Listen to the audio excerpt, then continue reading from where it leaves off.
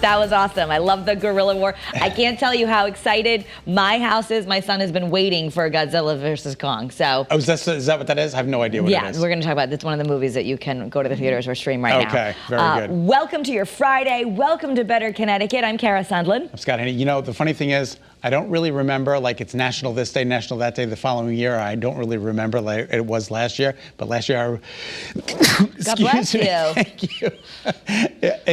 Thank you.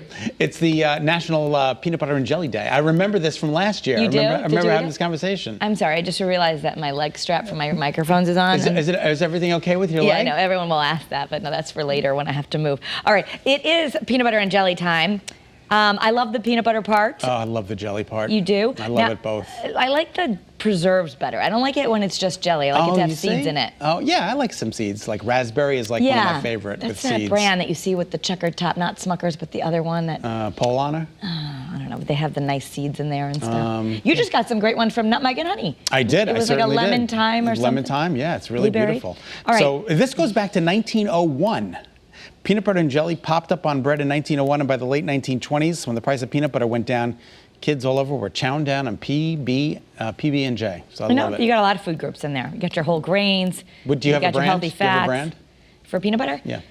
I usually buy the All Natural. Yeah. So sometimes Teddy. Teddy's is a popular brand. I do Teddy sometimes, Justin sometimes. I think I have Skippy at home.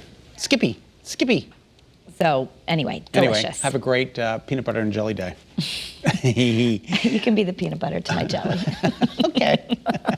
All right, so did you see it all over social media? I did not see this, but I think it's hysterical. I saw it and I thought, oh, I don't know. That Michael Strahan said he was going to get dental work to close his signature gap between his teeth. And I saw the pictures of it being done. I thought, okay, he looks good, but I mean, I like the gap too. Anyway, it was an all April Fool's joke.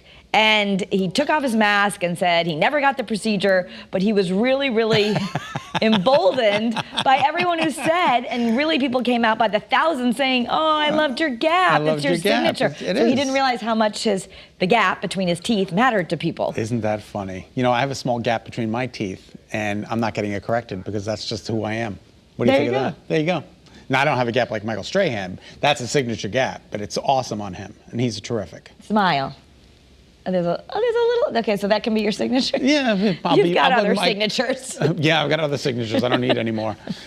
All right, it goes on. The shrimp tails and the cinnamon toast crunch, it just keeps going. It just keeps happening. What happens now? Well, a donut company in Atlanta has decided to make a disgustingly delightful treat.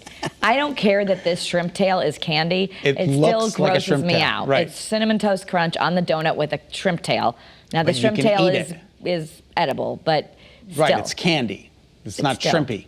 It's candy, but it's made to look like shrimp, which is kind of gross because... Why are we all still so obsessed with this? Don't we eat with our eyes as well as our taste? Yes. So that's why it's... At your Halloween party, you used to make the litter box cake? Litter box cake. I would never eat it because it just grossed me out. It looked like a litter box. It was delicious, though. No, but I couldn't even try it. I know, because you eat with your eyes before you eat with your taste. There you go. Anyway. All right, anyway. And this is really interesting. A batch of royal chocolates more than 121 years old has been discovered. Yes. This is fascinating. So a woman died, and before her parents must have left it in the attic because they found it in the attic after the homeowner's daughter died. Look at that, Kara. And they found that these chocolates were commissioned by Queen Victoria in 1900 to boost morale of soldiers who were fighting for her. During the Boer War. I mean, I don't know that people even remember what that is, but... I don't know. I've never heard of it before. So... They were found, they're beautiful. I don't know how much they're worth. I think they're trying to appraise them now, but they're going to put them in history. Look at it. It doesn't look like they're going to be worth it. I wouldn't eat it. 121 years old. Hey, you want a chocolate? You pass those out at the party. You're not going to be too favorable. You just never know what's in your attic. Exactly. You never know. But Queen Victoria, 121 years old. That's pretty impressive. It's like finding a box of Munson's 100 years from now. Imagine. Maybe you should put some in your attic. I'll put a bunch of chocolate in my attic.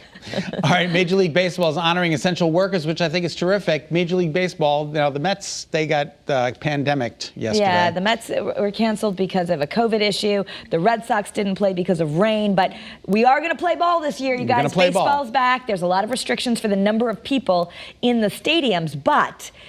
The Major League Baseball has now invited doctors, nurses, grocery store employees, public transit employees, teachers, they're all 30 teams are taking part together to really honor the essential workers, which I just think is great. We need this. I mean, the Yard Goats are going to be playing again, they say, so it's nice to see some sort of normalcy, even though we have to take precautions. Yeah, last year was a much shortened season. I think they only played 60 games, so hopefully they'll be able to get I think it's 160 games in, so good for them. All right, Kara and I were laughing because we had suggested this, that Coinstar step in and help the Georgia man who got paid in pennies. Yeah, his boss was really mad at him when he quit, so he dumped off $915 worth of pennies in his driveway, coated in oil, and the guy didn't know what to do with it. Look at this. Look at the amount of pennies. How much did it weigh again? It was like 500 pounds, but it was 91,500 pennies, obviously. That's incredible. If you do the math. But so anyway, we thought, what about those machines? Couldn't he just take them to the machines?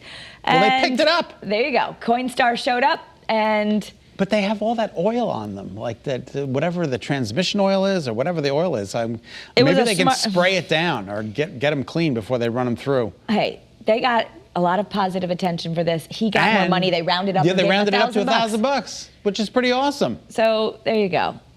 Oh my God! Look at all of that. Look at all. Imagine sitting down and rolling each one. Could you imagine? No. It would take 9 years. That's why you have Coinstar. That's why you have Coinstar. All right. So this is really cool. Maybe you're going out for a hike this Easter weekend. You better tell your kids to keep their eyes open because a middle schooler in Colorado found a little something, and it turns out it's a rare dinosaur tooth, a real dinosaur tooth. It's now in a museum. Do we have a picture of it?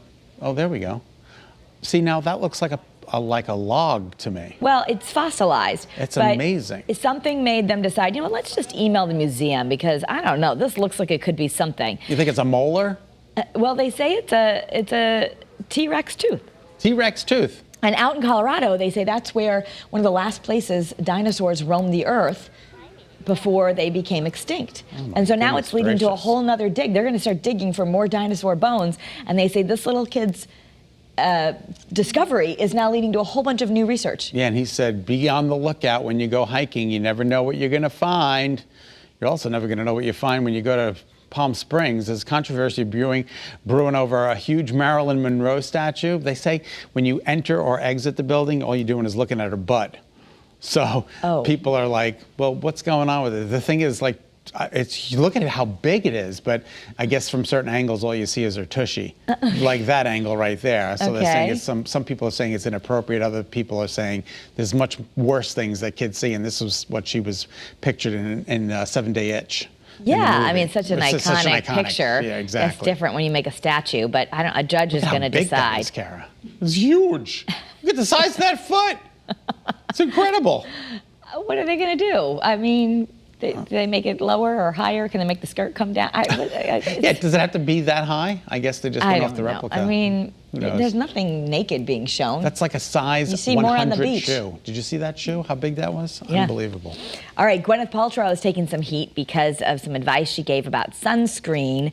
Oh, no. It was some skincare tips for Vogue magazine. She said she applies sunscreen mainly around her nose and some parts of her face. Some parts. And now people are saying, doctors, that, hey, that's a problem. You need to put it everywhere. Oh, she's absolutely beautiful. Look at how beautiful. She's like a statue. She looks stunning there. And hence why people will do what she does. But her team has come out and said that she absolutely does wear sunscreen all over her face. She didn't do it on that tape. It just didn't get portrayed that way. And she was just trying to show people how to apply it in certain places. But she does wear it all over. Well, guess who's on the cover of People magazine's Most Beautiful People issue? I mean, who needs Twitter? When she quit Twitter, Chrissy Teigen is now one of the most beautiful people in the world. In the world. There's 3 I think different she really versions, is. She is just... there's something very authentic about her. She's, of course, married to John Legend, has adorable kids, but she's on the cover both with her 2 children. 3 versions, including one with her mother, too. Yeah, with her mom and with her children. And then by herself. And then by herself. Isn't she beautiful?